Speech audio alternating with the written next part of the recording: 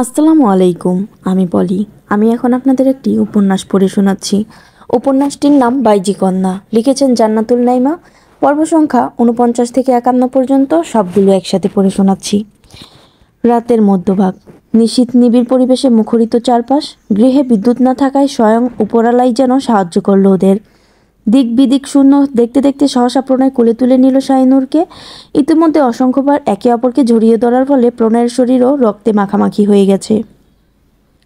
রক্তে মাখামাখি তরতাজা দেহ দুটো একে অপরের সঙ্গে মিলেমিশে একাকার হয়ে গেল। আর পিছন দিকে ঘুরে তাকালো না প্রণয়। মনে মনে দৃঢ় প্রতিজ্ঞা করল, স্ত্রী সন্তানকে নিয়ে বহুদূর চলে যাবে সে। যেখানে চলে গেলে কেউ খুঁজে পাবে না তাদের।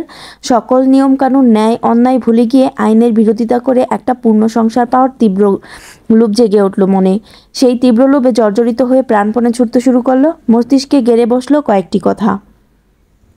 আজ থেকে তুমি ডাক্তার প্রণয় চৌধুরী না। এক জীবনে দুটো স্বপ্নকে বাঁচিয়ে রাখা তোমার পক্ষে সম্ভব নয়। স্ত্রী সন্তানকে কাছে পেতে চাইলে বাবা হওয়ার লোভ বিসর্জন দিতে না পারলে নিজের দীর্ঘদিনের পরিশ্রমকে অবশ্যই বিসর্জন দিতে হবে। আজকের পর ডাক্তার প্রণয় চৌধুরী নয়, খুনি প্রণয় চৌধুরী হিসাবে বাঁচবে তুমি। তোমার এই বাঁচা সার্থক, কারণ তোমার স্ত্রীর কাছে তুমি শ্রেষ্ঠ স্বামী, তোমার সন্তানের কাছে শ্রেষ্ঠ পিতা। এর চেয়ে বড় সুখ আছে নাকি? পুরো দুনিয়া কি ভাবলো এটা তোমার দেখার বিষয় নয়। পুরো দুনিয়া ঠিক রাখতে গিয়ে স্ত্রী সন্তানকে চিরতরে হারানোর মতো বোকামি করোনি। এজন্যই প্রকৃতি তোমাকে বাহবা দেবে। আজকের পর তোমার কোনো অতীত নেই কোনো বর্তমান, আছে শুধু ভবিষ্যৎ, যার মূল কেন্দ্রবিন্দু শাহিনুর শায়লা, তোমার সহধর্মিনী, প্রাণপ্রিয় অর্ধাঙ্গিনী। তোমার জীবনের প্রথম স্বপ্নটির ধ্বংসের সূচনা হওয়ার পাশাপাশি শেষ স্বপ্নটি পূরণের সূচনাও হয়ে গেল। আবারও দুচোখ ভিজে উঠল প্রণয়ের। পুরো পরিবারকে মনে করে অসহনীয় এক যন্ত্রণা শুরু হলো বুকের মধ্যখানে। তার বুকের ভিতর চলা অস্থিরতাগুলো টের পেল শাহিনুর। ফুপিয়ে উঠল সে, কিন্তু মুখ ফুটে একটি শব্দও উচ্চারণ করতে পারল না। ঘুটঘুটে অন্ধকারে প্রণয়ের করা সেই কান্নার খবরও পেল না সে। বাইজি গৃহের পেছনের দরজা দিয়ে পাঁচফোড়ন গৃহের গুদামঘরের সামনে এসে থামল প্রণয়। গুদামঘরের সামনে একটি ভাঙাচোরা সাইকেল দাঁড়িয়েছিল। কোনো এক ভিত্তের সাইকেল হবে এটা। এ মুহূর্তে গাড়ির কাছে যাওয়ারও সময় নেই তার। তাছাড়া গাড়ির কাছে যাওয়া মানে বিপদের সম্মুখীন হওয়া, কারণ সে নিজেই এই বিপদ ডেকে এনেছে। রমেশ নিশ্চয়ই তার বাড়ির সামনে বা বাইজি গৃহের সামনে রয়েছে। চন্দন তাকে সবটা খুলে বলে নিশ্চয়ই বাইজি গৃহের ভিতরেও নিয়ে এসেছে। সবটা ধারণা করেই এই সিদ্ধান্ত নিয়েছে সে। তড়িৎ বেগে সাইকেলের পেছনে শাহিনুরকে বসিয়ে দিয়ে নিজেও উঠে পড়ল। শ্বাসরুদ্ধকর কণ্ঠে বলল, শক্ত করে ধরে থাকবে আমাকে, একদম চুপ করে বসে থাকবে।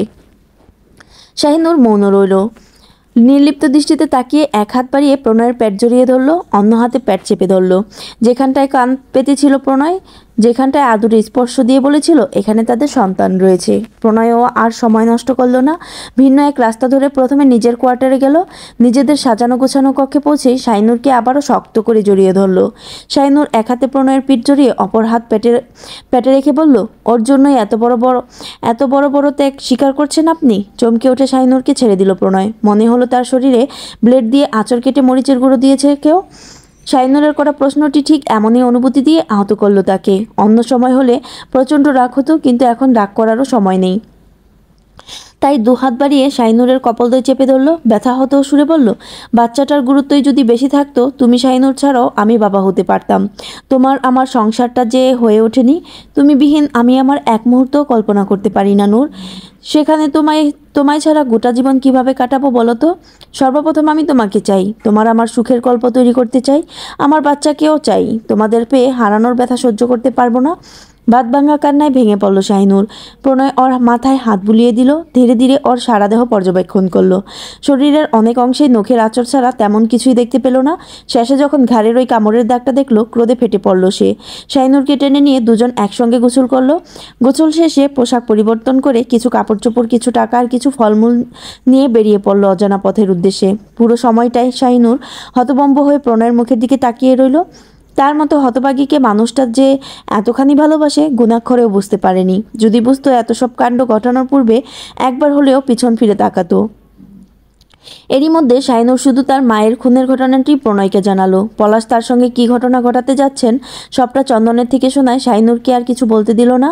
সে যথেষ্ট বুদ্ধি জ্ঞান সম্পন্ন মানুষ। কে ঠিক কতটা ভয়াবহ আর কে সহজ সরল সবটাতেই অবগত সে। তাই সকল পিছুটান বাদ দিয়ে শুধুমাত্র শাহিনুরকেই বেছে নিল সে। সকাল 10টা নাগাদ সোনালী ব্যাংকে গিয়ে নিজের জমানো অল্প কিছু টাকা উঠালো প্রণয়। তার চাকরির বয়স খুব বেশি দিন না হওয়াতে সঞ্চিত টাকার সংখ্যা খুবই কম ছিল। সে খুব ভালো করেই জানে এখন যদি এই টাকা না উঠায় পরবর্তীতে আর সম্ভব হবে না। তার ডাক্তারি জীবনের সমাপ্তি ঘটবে শীঘ্রই, তার মেডিকেল সার্টিফিকেট বাতিল ঘোষণা করাও হবে। বহু বছর পূর্বে যেমনটা করা হয়েছিল শাহিনুরের বাবার সঙ্গে। তাদের অপরাধ ভিন্ন হলেও শাস্তি একই, বরং তার শাস্তি বেশি কঠিন হতে পারে। মোট কথা তার এক জীবন ধ্বংস হতে খুব বেশি দেরি নেই। আর যাই হোক, একজন খুনিকে তো আর সরকার এমনি এমনি ছেড়ে দেবে না, সর্বোচ্চ শাস্তির ব্যবস্থাই করবে। পাঁচফোড়ন গৃহ, বাইজি গৃহ এবং প্রণয়ের কোয়ার্টার ছাড়া তেমন কোথাও যায়নি শাহিনুর। তার জগৎটা জমিদার বাড়ির আনাচে কানাচেই সীমাবদ্ধ ছিল।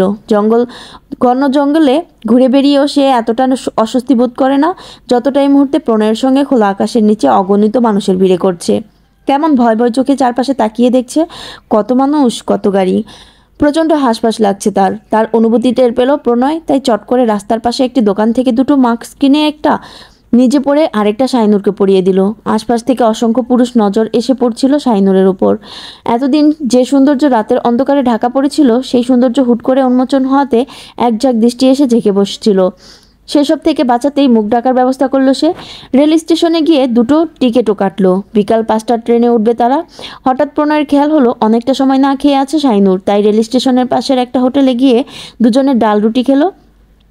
যদিও কারো গলা দিয়েই খাবার নাম ছিল না, তবুও কষ্ট করে খেলো। খাওয়া শেষ করে গেল কিছু কেনাকাটা করতে। শাহিনুরের জন্য একটি বরখা কিনে বরখা পরিয়ে পুনরায় রেল স্টেশনে এসে অপেক্ষা করতে লাগলো ট্রেন আসার। প্রচণ্ড উত্তেজনার মাঝে নির্দিষ্ট সময় ট্রেন উঠেও পড়ল দুজন। কিন্তু ট্রেনে ওঠার পর হঠাৎ চমকে উঠল প্রণয়। তার বাম হাত শাহিনুরের দখলে থাকায় ডান হাত দিয়ে বাম পকেটে থাকা বাটন মোবাইল ফোনটি বের করলো। দেখলো তার পুলিশ বন্ধু রমেশ কল করেছে।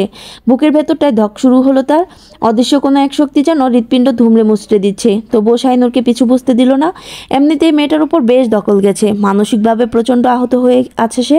না জানি এর বিরূপ প্রভাব বাচ্চার উপর পড়ে, তাই শেষ দখলটা সে নিজেই নিল। রমেশের কল রিসিভের পরিবর্তে কেটে দিয়ে তৎক্ষণাৎ চট করে একটি মেসেজ দিল, 5 মিনিট সময় দে আমায়। রমেশ আর কল করলো না, সত্যি সময় দিল প্রণয়কে। প্রণয়ও চটপট একটি লম্বা মেসেজ লিখতে শুরু করলো, যা লিখতে লিখতে ঝাপসা হয়ে উঠল তার কঠিন স্বচ্ছ দৃষ্টিজোড়া। শোন, আমি তোকে কয়েকটা গোপন তথ্য দেই, আশা করি তোর ইনভেস্টিগেশন সহজ হয়ে যাবে। আমার দুটো ভাইকে খুন করে দিয়েছি আমি। দুজনকে খুন করার পেছনের কারণ এক নয়, ভিন্ন। তুই তো জানিস আমাদের বাড়িতে আজও বাইজি গৃহ রয়েছে। বংশ পরম্পরায় সে গৃহের দায়িত্বে ছিল বড় ভাই আর মেজো ভাই। ঘরের বউ রেখে অগণিত বাইজিদের সঙ্গে মেলামেশা করেও মেজো ভাইয়ের নজর পড়লো আমার স্ত্রীর দিকে। অনেক চেষ্টা করেও আটকাতে পারিনি মেজো ভাইকে। শেষে নিজের ছোট ভাইয়ের অন্তঃসত্ত্বা স্ত্রীকে বাইজি গৃহে নিয়ে ধর্ষণ করার চেষ্টা করছিল সে। কি করতাম বল, উপায় ছিল না। স্বামী হিসাবে, বাবা হিসাবে এই অধর্ম মেনে নিতে পারিনি আমি। শেষ করে দিয়েছি আমার মায়ের কুসন্তানকে। তোর কাছে আমার সবিনয় আবেদন এই যে, আইনের মাধ্যমে বড় ভাইয়ের সঙ্গে সন্ধি করে বাইজি গৃহের সমাপ্তি দিয়ে দিস। ওখানে অনেক মেয়েদের জোরপূর্বক আনা হয়েছে, যাদের জোরপূর্বক আনা হয়েছে ওদের মুক্তির ব্যবস্থা করে দিস। আর যারা স্বেচ্ছায় রয়েছে তাদের জন্য পতিতালয়ই উপযুক্ত স্থান হবে আশা করি। তুই খোঁজ নিলে জানতে পারবি শারমিন শায়লা, মান্নাত বাইজি এ নামের দুজন বাইজি ছিল। শারমিন বাইজি খুন হয়েছে রঙনের হাতে, আর মান্নাত বাইজি উদাও হয়ে গেছে। হ্যাঁ, সকলে জানে মান্নাত বাইজি হঠাৎই গুম হয়ে গেছে। আসলে সে গুম হয়নি, তাকে খুন করে টুকরো টুকরো করে মাটিতে পুঁতে দিয়েছে পলাশ চৌধুরী। সহায়ক ছিল রঙন চৌধুরী। এ পর্যন্ত লিখে থামলো প্রণয়। ট্রেন ছেড়ে দিয়েছে। পাশে তার এক বাহু চেপে ধরে গুটিসুটি হয়ে বসে আছে শাহিনুর। অনুভব করলো মৃদু কাঁপছে মেয়েটা। বুক চিরে রুদ্ধশ্বাস ছাড়লো সে। দ্রুত মেসেজটা সেন্ড করে আবার লিখলো, রমেশ, আমার আদরের ছোট্ট ভাইটা জঙ্গলের ছোট্ট কুটিরে নিথর দেহে পড়ে আছে। ওকে 5 ফোড়ন গৃহে পৌঁছে দিস। আমার মেজো ভাই নিথর দেহে পড়ে আছে তার আজন্মপ্রিয় বাইজি গৃহে। আমার আম্মার 5 টুকরো কলিজার 2 টুকরো হারিয়ে গেছে। আম্মাকে বলিস বাকি 2 টুকরো নিয়ে শান্তিতে বেঁচে থাকতে। আমার অঙ্গনকে যত্ন নিতে বলিস। আমাকে ঘৃণা করুক, সমস্যা নেই, কিন্তু আমার স্ত্রীর গর্ভে তাদের বংশধর বেড়ে উঠছে। ওদের জন্য একটু দোয়া যেন তিনি রাখেন। মায়ের দোয়ার উপর সব কিছুই ঠুনকো। সবশেষে তোকে বলি, পারলে আমাকে খোঁজা বন্ধ করে দিস। সঠিক সময় নিজেই এসে ধরা দেব। আপাতত বউ বাচ্চাকে সময় দেওয়া ভীষণ প্রয়োজন। প্রণয়। দ্বিতীয় মেসেজটি সেন্ড করার সঙ্গে সঙ্গে মোবাইল থেকে সিমটি খুলে ট্রেনের জানালার বাইরে ছুঁড়ে ফেলে দিল। শাহিনুর আটকে উঠে বলল, ওটা ফেলে দিলেন কেন? প্রণয় শীতল দৃষ্টিতে তার দিকে তাকালো। শান্ত কণ্ঠে জবাব দিল, ডাক্তারি জীবন শেষ, পরিবার এখন অতীত। বউ বাচ্চা সাথেই আছে, ওটার কোনো প্রয়োজন নেই। হু হু করে কেঁদে উঠল শাহিনুর। সন্তর্পণে তাকে বক্ষে চেপে ধরল প্রণয়। মাথায় গাঢ় চুম্বন এঁকে দিয়ে বলল, কেঁদো না তুমি, কাঁদলে কিন্তু বাবুও কাঁদবে। বুকের ভিতর ছ্যাদ করে উঠল শাহিনুরের, সহসা চুপ হয়েও গেল। তার মাথাটা সন্তর্পণে নিজের বুকে রাখলো প্রণয়। ধীরে ধীরে সন্ধ্যা নেমে এলো। ট্রেন চলছে তার নিজ গতিতে। মাঝপথে থেমে যাওয়ার কোনো সম্ভাবনা নেই। ঠিক যেমন তারা দুজন ছুটতে আরম্ভ করলো, থেমে যাওয়ার কোনো চিন্তা ভাবনা নেই। তাদের জীবন গতি আর ট্রেনের গতি যেন এক সুতোয় গাঁথা পড়লো। কোথায় যাবে, কোথায় থাকবে, কিচ্ছু জানে না শাহিনুর। জানার আগ্রহ বোধ করলো না, শুধু নিশ্চিন্তে একটুখানি শ্বাস ফেললো। তার গভীর সে নিঃশ্বাসের ছোঁয়া প্রণয়ের বুকে গিয়ে লাগতেই প্রণয়ও প্রাণ ভরে শ্বাস নিল। শাহিনুর একবার ভাবলো মাথা তুলে প্রণয়কে জিজ্ঞেস করবে কোথায় যাচ্ছে তারা, কিন্তু বিবেকে বাঁধলো। আপন মনেই পুনরায় ভাবল, যে মানুষটা রক্তের সম্পর্ক ছিন্ন করে তাকে আগলাতে এত বড় পদক্ষেপ নিয়েছে, সেই মানুষটার হাত ধরে যদি মৃত্যুপুরীতেও যেতে হয় তবে আসছে প্রস্তুত। 2009 সাল বাংলায় কার্তিকের শেষ সমাপ্তের উষালগ্ন গতিশীল ট্রেনটি স্টেশনে এসে থেমেছে। সকল কামরা থেকে একে একে যাত্রীরা নামতে শুরু করেছে। তাদের খেয়াল করেই নিজের বুকের মাঝে লেপ্টে থাকা শাহিনুরের পাণ্ডুবর্ণ মুখশ্রীতে দৃষ্টিপাত করল প্রণয়। নিদ্রাহীন সারা রাতে কাটিয়ে চোখ তুলে তাকাতে ভীষণ কষ্ট হচ্ছিল শাহিনুরের। তবুও সে প্রণয়ের পানে অসহায় চোখে তাকিয়ে রইল। তার অমন চাহনি দেখে স্মিত হাসল প্রণয়। বলল, নামতে হবে। এবাকে শাহিনুরের দৃষ্টিতে অস্থিরতা স্পষ্ট হয়ে উঠল। কোথায় যাবে তারা, কিভাবে পালিয়ে বাঁচবে দুজন? অস্থির চিত্তে বারো কয়েক দু চোখের পলক ফেলে প্রণয়ের পানে স্থির দৃষ্টি নিক্ষেপ করলো। সে দৃষ্টি জোড়ার ভাষা বুঝতে অসুবিধা হলো না প্রণয়ের। তাই সে ভরসার সহিত বলল, একটা ব্যবস্থা ঠিক করে নেব। ট্রেন থেকে নামার পূর্বে প্রণয় নিজ হাতের নিকাপ দিয়ে শাহিনুরের মুখমণ্ডল ঢেকে দিল। নামার পর মুহূর্তে একটি ম্যালি কণ্ঠস্বরে ঘাড় গুটিয়ে ডান দিকে তাকালো। এক্সকিউজ মি মিস্টার, আপনারা কোথায় থেকে এসেছেন? শাহিনুর কিঞ্চিত অবাক হওয়ার পাশাপাশি ভয়ও পেল। পর মুহূর্তে অচেনা মেয়ে এবং প্রণয়ের কথোপকথন শুনে তার ভয়টা কেটে গেল। অনুমান করা যায় মেয়েটির বয়স 22 কি 23। তার করা প্রশ্নটি শুনে প্রণয় ভ্রুকুচকে তাকালো। মেয়েটির চোখে মুখে সৌহার্দ্যপূর্ণ হাসি। সেই হাসিটি বজায় রেখেই পুনরায় বলল, আপনাদের অপোজিটে বসেই এসেছি, হয়তো খেয়াল করেননি, এমনি জিজ্ঞেস করছি। আকাশের অবস্থা সুবিধার নয়, যে কোনো সময় বৃষ্টি নামবে। আপনাদের কেউ নিতে আসবে নাকি স্টেশনে গিয়ে ভ্যান নেবেন? শাহিনুর কখনো মাথা নিচু করে রয়েছে, কখনো বা মেয়েটিকে দেখছে। প্রণয় প্রথমে বিরক্ত হলেও মেয়েটিকে আগাগোড়া দেখে নিয়ে বেশ অবাক হয়ে তাকিয়ে রইল। মেয়েটির করা দ্বিতীয় প্রশ্নটির উত্তর না দিয়ে সে নিজেই প্রশ্ন করে বসলো, আপনার নাম, পরিচয়? আমি সামান্তা। এরপরেও মেয়েটি কিছু বলার জন্য উদ্যত হয়েছিল, কিন্তু আকস্মিক বজ্রপাতের শব্দে আর বলতে পারল না। এক হাতে কাঁধের ব্যাগ ধরে অপর হাতে পরিহিত পাতলা জর্জেট শাড়ির কুচিগুলো উঁচিয়ে দৌড়ে গিয়ে সম্মুখে টং ধরে দাঁড়ালো। তারপর প্রণয় এবং শাহিনুর উভয়কে উদ্দেশ্য করে চেঁচিয়ে উঠল, আরে আরে ভিজে যাচ্ছেন তো, এদিকটা ফাঁকা আছে, এখানে এসে দাঁড়ান। কিছুক্ষণ চুপচাপ দাঁড়িয়ে থাকার পর হুঁশ ফিরল প্রণয়ের। ভিজে যাচ্ছে শাহিনুর, এদৃশ্য দেখতেই আর স্থির থাকতে পারল না সে। এক হাতে ব্যাগ, অপর হাতে শাহিনুরের কমল হাতটি চেপে ধরে টং ঘরের ভিতরে চলে গেল। মাটিতে বেশ শব্দ করে ভারী ব্যাগটা রেখে বোরকা এবং নিকাপের বহিরাংশের বৃষ্টির পানিগুলো ঝাড়তে শুরু করলো। উৎকণ্ঠিত প্রণয়ের ব্যস্ত হয়ে এভাবে শাহিনুরের ভেজা শরীর শুকানোর পায়তারা দেখে সামান্তা নামের মেয়েটি মুচকি মুচকি হাসতে হাসতে বলল, আপনার বউ? এ প্রশ্নে আরেক দফা বিরক্ত হলো প্রণয়। বিরক্তি প্রকাশ করেই তার দিকে তাকিয়ে বলল, হ্যাঁ।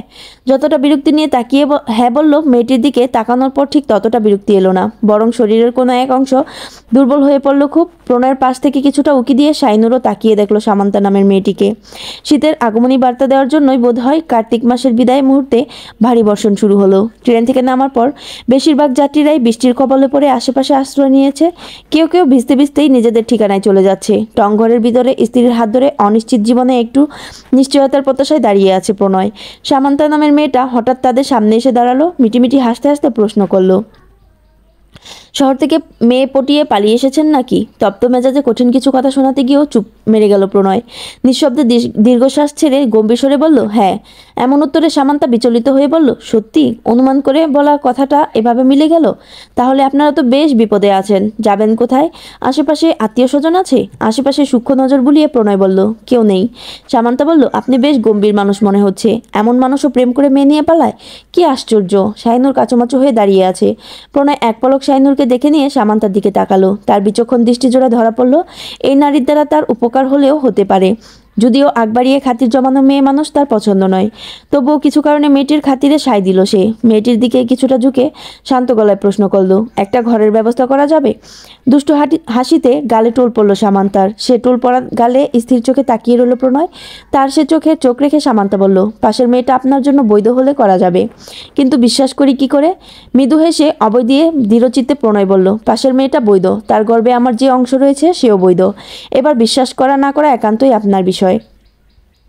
বিস্মিত হয়ে শাহিনুরের দিকে তাকালো সামান্তা, বলল, ও মা, তুমি প্রেগনেন্ট? কমাস গো, দেখে তো বুঝতেই পারছি না। বিরক্তি প্রকাশ করে প্রণয় বলল, আপনি ব্যবস্থা করতে পারবেন? আমার বাড়িতেই রুম খালি আছে, টিন সেট বিল্ডিং চলবে? প্রণয় হ্যাঁ সূচকে মাথা নাড়িয়ে জিজ্ঞেস করলো, এক রুমের ভাড়া কত নেবেন? উত্তরে সামান্তা বলল, আরও দুজন ভাড়াটিয়া আছে, তাদের একজন রুম ভাড়া বিদ্যুৎ বিল সহ 2000 দেয়, আরেকজন 1500 দেয়। যিনি 1500 দেয় উনি মায়ের দূর সম্পর্কের মামাতো ভাই, তাই 500 টাকা কম দেয়। আপনার সমস্যা আমি মাকে বলে বলবো যাতে আপনার থেকেও 500 কম রাখে। অবাক হয়ে প্রণয় বলল, আমার কি সমস্যা? সামান্তা আশেপাশে সচেতন দৃষ্টি বুলিয়ে নিচু কণ্ঠে বলল, মেয়ে নিয়ে পালিয়েছেন, হাতে নিশ্চয়ই গোনা টাকা, এটা কি সমস্যা নয়? প্রণয় বুঝলো মেয়েটা বড্ড বেশি বুঝে, কথাও বলে বেশি। অতিরিক্ত পাকনামি পছন্দ না করলেও এই পাকনা মেয়েটার দ্বারা উপকারী হবে বলে মনে হচ্ছে, তাই সম্মতি দিয়ে বলল, বৃষ্টি অনেক কমে গেছে, আমার স্ত্রী অসুস্থ, জলদি একটা ব্যবস্থা হলে উপকার হতো। স্ত্রী অসুস্থ একথা শুনতেই সামান্তা প্রচণ্ড উদ্বিগ্ন হয়ে স্যাঁতসেঁতে কাদা মাটিতে হাঁটতে শুরু করলো। তাকে অনুসরণ করে প্রণয় আর শাহিনুরও পা বাড়ালো, কিন্তু খুব বেশি এগুতে পারল না। কাদা মাটিতে হচট খেলো অসংখ্যবার। শেষে বাধ্য হয়ে শাহিনুরকে কুলে তুলে নিল প্রণয়। বড়সড় ব্যাগটাও কৌশলে এক হাতে ধরে রাখলো। পিছু ফিরে একবার প্রণয় শাহিনুরকে দেখে নিল সামান্তা। বলতে চাইলো, লোকজন কিন্তু মাইন্ড করবে। পরক্ষণেই ভাবলো, একজন স্বামী তার স্ত্রীকে সাহায্য করছে, এতে দোষের কিছু নেই। স্টেশন অবধি যেতে যেতে অসংখ্য আর দৃষ্টি পড়ল ওদের উপর। কেউ কেউ কানাঘুষা করলো। অল্প বয়সী ছেলেমেয়েরা মিটিমিটি হাসতে লাগলো। বাস স্টেশনে পৌঁছানোর পর পরিচিত এক ভ্যানওয়ালার দেখা পেল সামান্তা, তাই হাঁক ছেড়ে বলল, চাচা বাড়ির সামনে দিয়ে আসেন তো। ভ্যানওয়ালা সামান্তার পেছনে থাকা প্রণয়কে কেমন করে যেন দেখলো। সামান্তা মৃদু হেসে বলল, আমার খালাতো ভাই আর তার বউ, ভাবি অসুস্থ, হাঁটাচলা করতে পারে না। এ পর্যায়ে সামান্তার দিকে কৃতজ্ঞতা ভরা দৃষ্টিতে নিক্ষেপ করলো প্রণয়। সামান্তা হাসলো প্রশস্ত হাসি, যেন তাদের উপকার করে ভীষণ আনন্দিত সে। ভ্যানের সামনে প্রণয় শাহিনুর বসলো, পেছনে বসলো সামান্তা। বাড়ি পৌঁছাতে পৌঁছাতে সামান্তা ভাবলো, এতক্ষণ সময় পরিচিত হলো, নিজের বাড়ির একটা রুম অবধি ভাড়া দিয়ে দিল, অথচ লোকটার নামই জানা হলো না। আবার সঙ্গে থাকা বউটাও এখন অবধি কথা বলেনি, অথচ সে কতই কথা বলল। বউটা বোবা নাকি? স্টেশন থেকে কাঁচা রাস্তার অনেকটা পথ যাওয়ার পর 3 গলির একপাশে একটি বাড়ির সামনে এসে ভ্যান থামলো। সামান্তা ভাড়া মিটিয়ে দেওয়ার পর ভ্যানওয়ালা চলে গেল। গেটের সামনে দাঁড়িয়ে মাকে ডাকার পূর্বে প্রণয়কে প্রশ্ন করলো, আপনার নাম তো জানা হয়নি, কি নাম আপনার? সুজন। আগে পরে কিছু নেই? এ প্রশ্নের উত্তর দিল না প্রণয়। সামান্তা উত্তরের অপেক্ষা না করে শাহিনুরের দিকে তাকিয়ে বলল, তোমার নাম কি? চট করে প্রণয় বলল, আমার মিসেস শায়লা। ও কথা বলতে পারে না, বোবা নাকি? নড়ে চড়ে দাঁড়ালো শাহিনুর। কিছু বলার জন্য ঠোঁটজোড়া ফাঁক করার মুহূর্তেই কিঞ্চিত ক্রোধ মিশ্রিত কণ্ঠে প্রণয় বলে উঠল, সে বোবা নয়, আপনার মতো বাচালো নয়, খুব প্রয়োজন ছাড়া কথা বলে না। নামটা যেহেতু আমি বলেছি তাই সে বলার প্রয়োজন মনে করেনি। মুচকি হেসে মাথা দুলিয়ে সামান্তা বলল, ভেরি ইন্টারেস্টিং। সামান্তাদের বাড়ির পরিবেশটা খুব একটা পছন্দ করলো না প্রণয়। এমন পরিবেশে অভ্যস্ত নয় সে, এবার থেকে অভ্যস্ত হতে হবে। পছন্দের মানুষটা পাশে থাকলে অপছন্দের জায়গাটাও পছন্দের হয়ে যায়।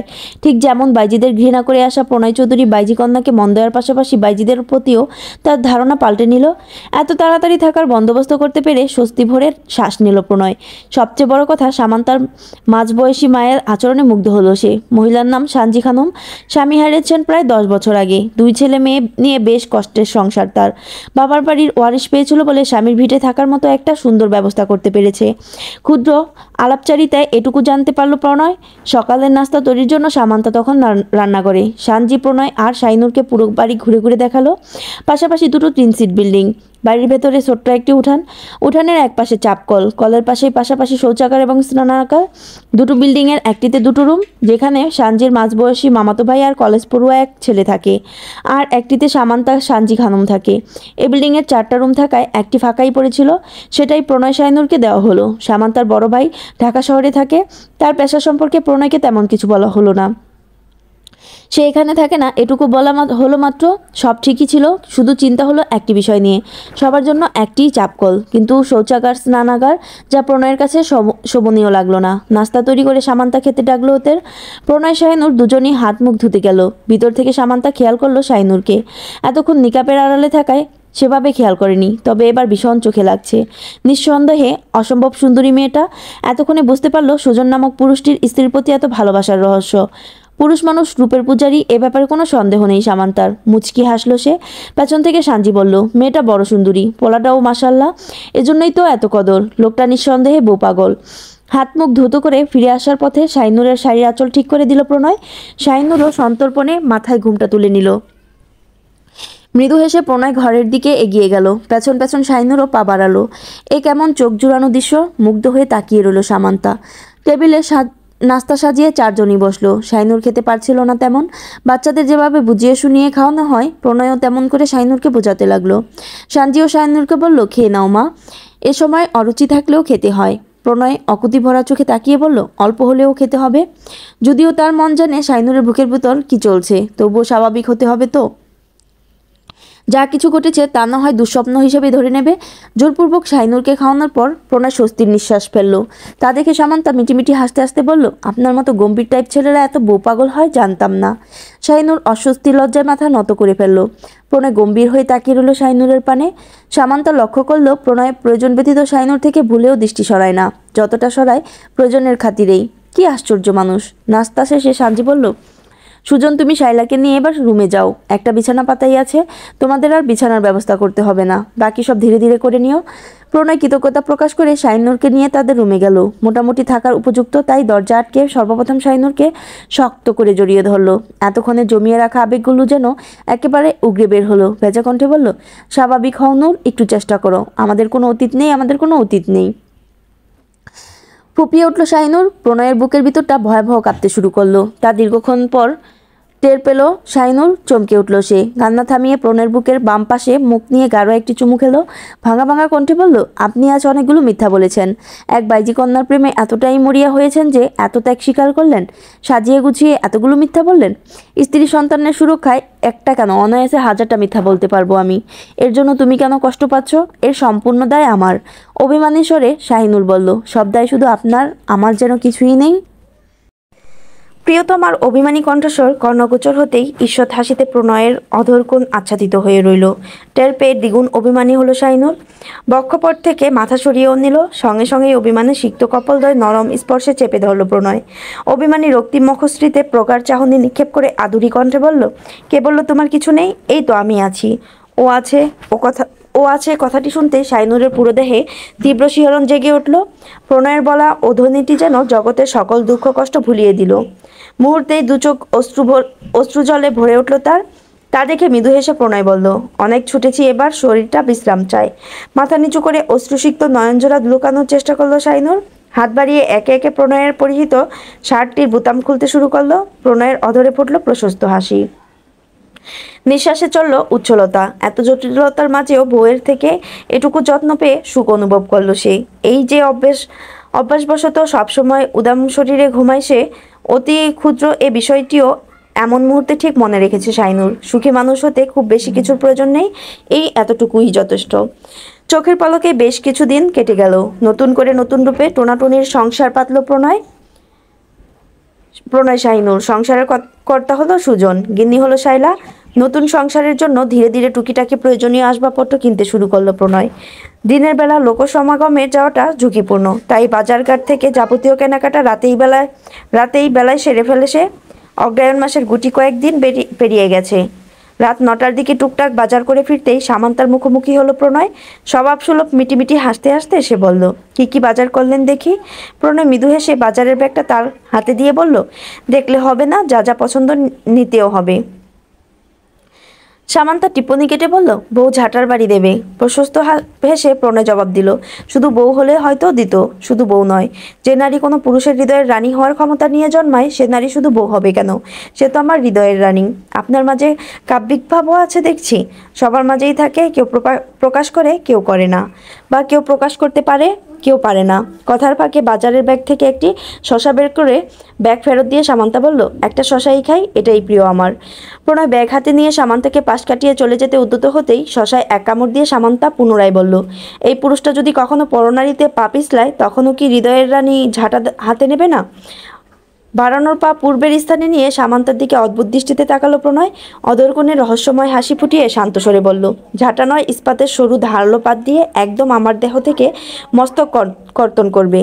গা শিউরে উঠল সামান্তার। বিস্মিত দৃষ্টিতে প্রণয়কে আগাগোড়া দেখে নিয়ে অস্পষ্ট স্বরে বলে উঠল, কি সাংঘাতিক। ওষ্ঠাধরে রহস্যময় হাসিটি বজায় রেখেই স্থান ত্যাগ করল প্রণয়। বিড়বিড় করে সামান্তা বলল, এদের তো ডেঞ্জারাস লাভ।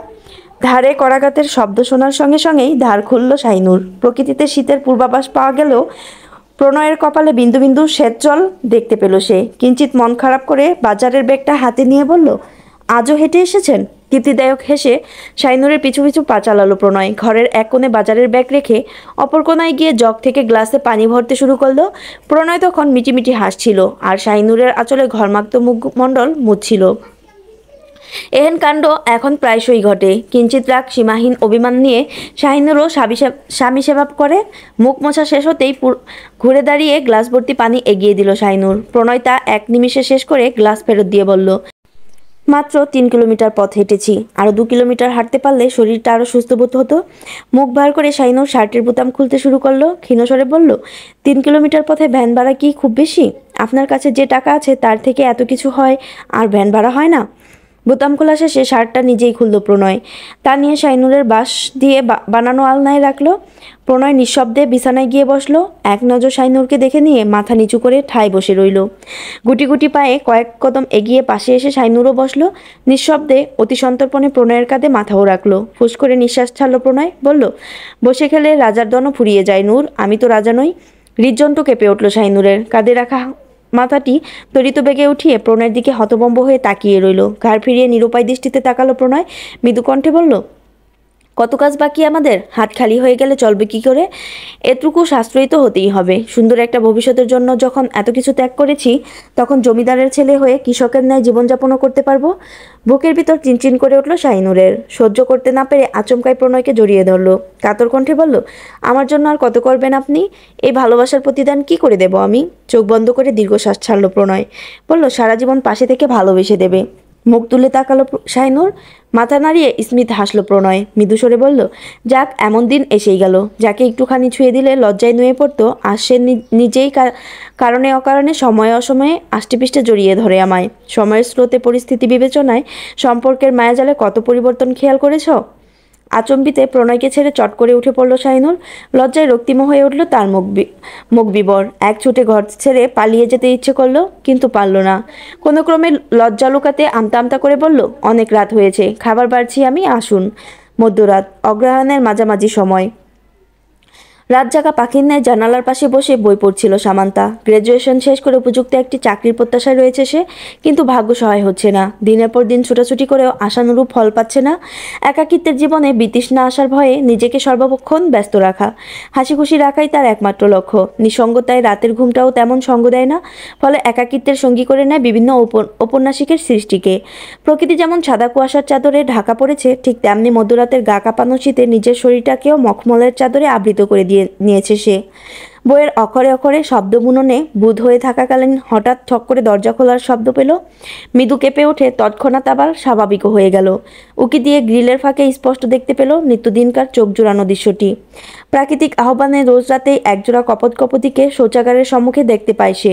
শায়লা যখন শৌচাগারের ভিতরে যায়, সুজন তখন শৌচাগারের ধারের সম্মুখে পিছমুখী হয়ে দাঁড়িয়ে থাকে। কেন জানি এই দৃশ্যটি বড় ভালো লাগে তার। যদিও প্রথম দিকে ভালো লাগেনি, বিষয়টা বাড়াবাড়ি লেগেছে, কিন্তু ধীরে ধীরে বুঝতে পেরেছে সুজন নামের পুরুষটি শায়লা নামের নারীটিকে প্রচণ্ড যত্ন মিশিয়ে ভালোবাসে। যে ভালোবাসা দেখে তার মন প্রাণ জুড়িয়ে যাওয়ার পাশাপাশি চোখের অশ্রুও ঝরে। অন্তকোণ স্বীকার করতে বাধ্য হয়, ভালোবাসা বেঁচে আছে, ভালোবাসা বেঁচে থাকবে। রোজকার নিয়মে মধ্যরাতে ঘুম ভেঙে যায় শাইনুরের। প্রণয়কে বিরক্ত না করে মনে প্রাণে সাহস জুগিয়ে একা একাই শৌচাগারের উদ্দেশ্যে পা বাড়ায়, কিন্তু বরাবরের মতোই ধরা পড়ে যায়। দরজা অবধি যেতেই বদ্ধ চোখে প্রণয় বলে ওঠে, আমি ছাড়া আর এক পাও নড়বে না। শাইনুরও গাল ফুলিয়ে ঠায় দাঁড়িয়ে থাকে। প্রণয় বিছানা ছেড়ে উঠে এসে যখন মৃদু হেসে তার হাত ধরে দরজা খুলে, শাইনুর অভিযোগ করে বলে, এতটা চিন্তা কেন করেন? আমি কিন্তু ভীতু নই, নিজেকে রক্ষা করতেও জানি। কপট রাগ দেখিয়ে প্রণয় বলে, তুমি ভীতু নও, তুমি হচ্ছ বোকা সাহসী। আর আমি তোমাকে নিয়ে চিন্তা করি না, আমি তোমায় চোখে হারাই। জানালার পাশে বসে প্রণয়কে এক পলক দেখে নিয়ে পুনরায় বই পড়ায় মন দিল সামান্তা। উষ্ঠকোণে মৃদু হাসি লেপ্টে আছে তার।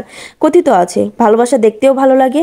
সত্যি ভীষণ ভালো লাগে তার। এই দম্পতিকে দেখলে ভীষণ সুখ লাগে। যে ভালোবাসা দেখতে এত ভালো লাগে, এত সুখ লাগে, সে ভালোবাসা পাওয়ার অনুভূতি না জানি কত ভয়াবহ। ভালো লাগার ভয়াবহ সুখের কুয়াশাচ্ছন্ন পরিবেশে কয়েক মিনিট দাঁড়িয়ে থাকার পর এদিক ওদিক দৃষ্টিপাত করতে শুরু করলো প্রণয়। তখনই আচমকা সামান্তাকে নজরে পড়ল। ভ্রুযুগল কুঁচকে গেল তার। শাইনুর বেরিয়ে এসে প্রণয়কে হতবম্ব রূপে দাঁড়িয়ে থাকতে দেখে অবাক হলো। তার দৃষ্টি অনুসরণ করে সামান্তার জানালার দিকে তাকিয়ে চমকে উঠল। পুনরায় প্রণয়ের পানে দৃষ্টি নিক্ষেপ করে থমকানো কণ্ঠে প্রশ্ন করল, সামান্তা আপাকে দেখে আপনিও কি রুমানা আপাকে ভাবেন? ভীষণ মিল ওদের। আনমনেই কথাটি বলে ফেলল প্রণয়। পরক্ষণেই সম্বিত ফিরে পেল। অবাক চোখে তাকালো শাইনুরের দিকে। শাইনুরের চোখ জোড়া অস্বচ্ছ, কিন্তু সে চোখের ভাষাগুলো স্বচ্ছ। তাই বলল, মিল অমিল দুটোই রয়েছে। স্বাভাবিকও আমাদের রোমানা নয়। ও সামান্তা, ঘরে চলো, শীত লাগছে না? মাথা নিচু করে পা বাড়ালো শাইনুর। প্রণয় চট করে এগিয়ে ওর কাঁধ চেপে ধরে বুকে টেনে নিল। ও ঘরের জানালা থেকে উঁকি দিয়ে সামান্তা দেখলো সে দৃশ্য। ওদের মধ্যে কি কথোপকথন হলো শুনতে পায়নি সে, তবে বুঝলো তাকে নিয়েই কথা হয়েছে। সুজন তার দিকে তাকিয়েছিল বলে শায়লার এত অভিমান। সত্যিই মেয়েটা বাচ্চা, বড় অবুঝ। কুয়াশায় মোড়ানো পৌষের সকাল। গোসল ছেড়ে উঠানের মাঝখানে পাতানো বাঁশের আড়ে কাপড় শুকা দিচ্ছিল শাইনুল। হঠাৎ যেন বিদ্যুটে এক গন্ধ হুড়মুড়িয়ে নাকে ঢুকলো তার। কোনো রকমে কাপড় আড়ে মেলে দিয়ে নাক চেপে ধরলো সে। দম বন্ধকর পরিস্থিতিতে শ্বাসরোধ হয়ে কাশতে শুরু করলো। তীব্র কাশির ফলে পেটে চাপ পড়া বমি করে দিল নিমিষেই। সঙ্গে সঙ্গে পিছন থেকে অপরিচিত এক পুরুষালী কণ্ঠস্বর ভেসে উঠল, আমি তো বিয়ে টিয়ে করিনি, এমন সুশ্রী বধূ আমার বাড়িতে কি করে? এই ছিল বাইজি কন্যার 49 থেকে 51 পর্যন্ত সবগুলো পর্ব একসাথে।